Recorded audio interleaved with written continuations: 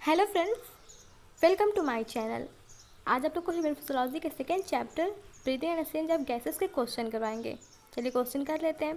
Question number 1, at high altitude the RBC in the human blood will. तो option दिया है। Option A increase in number, option B decrease in number, option C increase in size and option D decrease in size. तो guys question में ये पूछा है कि high altitude पे जाने पे जो आरबीसी है ह्यूमन ब्लड की वो क्या होते हैं। तो यहाँ पे ऑप्शन ए राइट है, increase in number.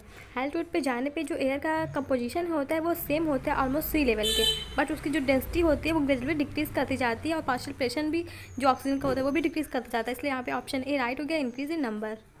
Question number 2, the ventilation movements of the lungs in mammals are governed by. तो ऑप्शन देख लेते हैं यहाँ पे।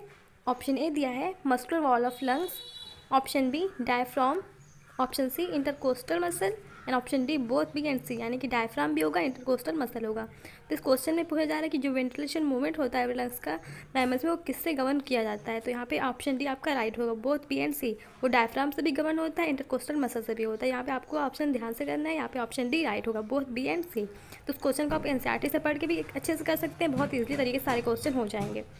Question number 3, the alveolar epithelium in the lungs is.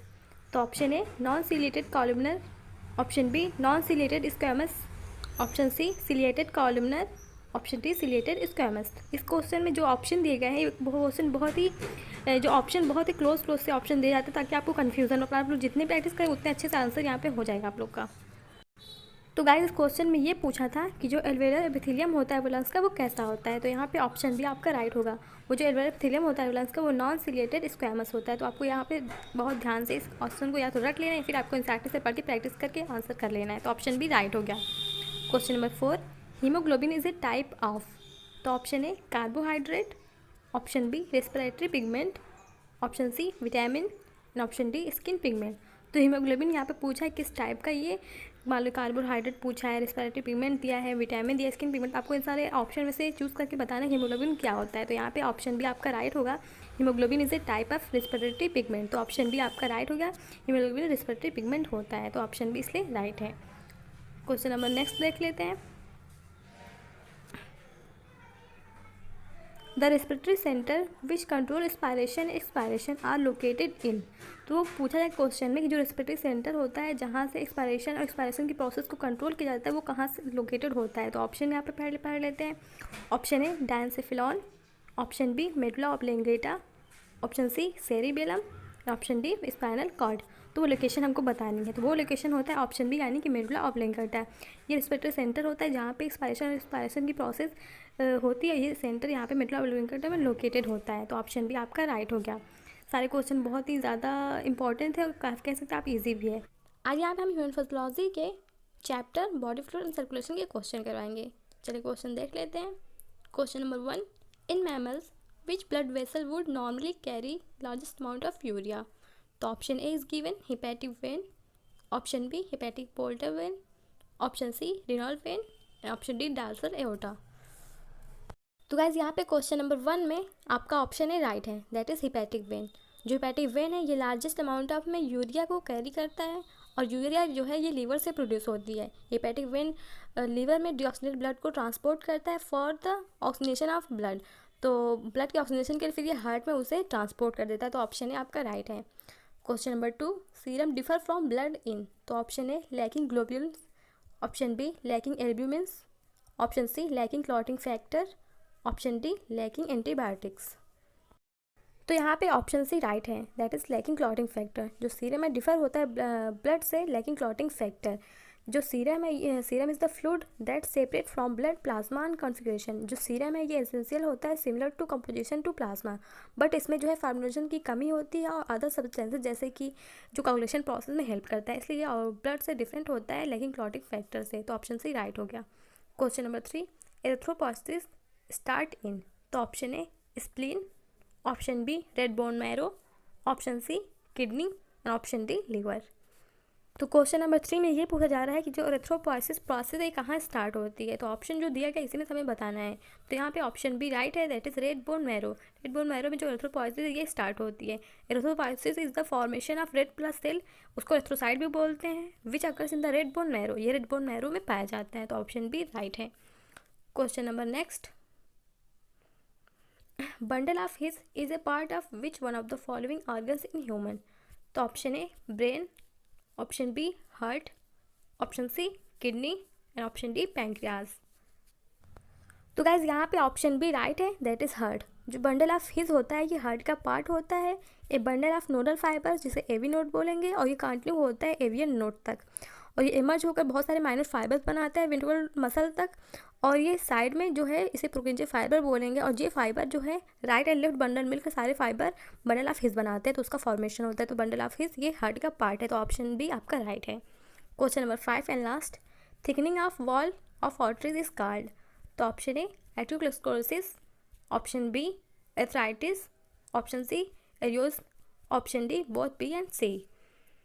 तो गाइज यहाँ पे ऑप्शन ए आपका राइट है, दैट इज एथेरोस्क्लेरोसिस। जो आर्टरीज के वॉल की थिकनिंग होती है उसे हम एथेरोस्क्लेरोसिस के नाम से जानते हैं, तो ऑप्शन ए राइट है। जो एथेरोस्क्लेरोसिस होता है ये hardening of arteries and arteries के वजह से होता है। इस पर फाइब्रस टिश्यू की जो है थिक लेयर जम जाती है और ये अपनी इलास्टिसिटी को लूज कर जाता है।